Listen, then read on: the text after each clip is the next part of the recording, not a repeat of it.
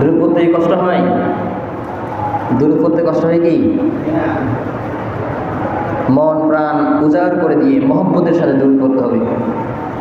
ইমাম হাকিম রহমতুল্লাহ আলাই তার মুস্তাদরাকে সহিহাইনের মধ্যে তিনি উল্লেখ করেন যে দেখবেন আমাদের মা বোনেরা যে বাসা বাড়িতে কেউ হাঁস পালে, কেউ মুরগি পালে, অন্য পশু পাখি পালে কি পালে না, দেখবেন তারা ভোর রাতে আপনার আগে জাগ্রত হয়ে যায়।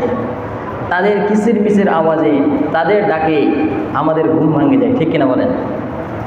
মুস্তাদরাক হাকিম তার সহিহাইনের মধ্যে বলেন হযরত রাসূল পাক সাল্লাল্লাহু আলাইহি ওয়াসাল্লাম তার পবিত্র নূরানি জবানে বলেছেন যে আল্লাহ পাক রব্বুল আলামিনের রহমতের ফেরেশতারা, এমন কিছু ফেরেশতা আছে যখন সুবহে সাদিক হয়, ভোর রাত্র হয়ে যায়, নিচে নেমে আসে, বিভিন্ন পশু পাখিদের কাছে যায়, হাঁসদের কাছে যায়, মুরগিদের কাছে যায়, তাদের কানের কাছে গিয়ে একবার নয়, দুইবার নয়, অসংখ্য অগণিত বা রাসূল পাক সাল্লাল্লাহু আলাইহি ওয়াসাল্লামের শানে দুরূদ পড়ে। সুবহানাল্লাহ।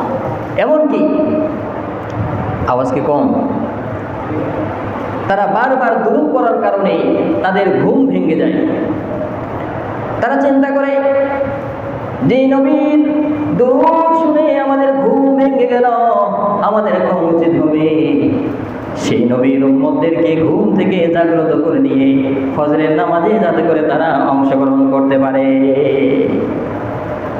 দেখেন তাদের ঘুম আল্লাহ রাসূলের দুরূদ দিয়ে পড়ে, দুরূদ পড়ার কারণে, দুরূদ শোনার কারণে ভেঙে যায়। তারা চিন্তা করে যেই নবীর দুরূদে আমাদের ঘুম ভেঙে গেল, আমাদের এখন উচিত তার উম্মতদেরকে ঘুম থেকে জাগ্রত করে ফজরের জামাতের অংশগ্রহণ অ্যাটেন্ড করার দেওয়ার আমাদের একটা মহান দায়িত্ব আমাদের উপর অর্পিত হয়েছে।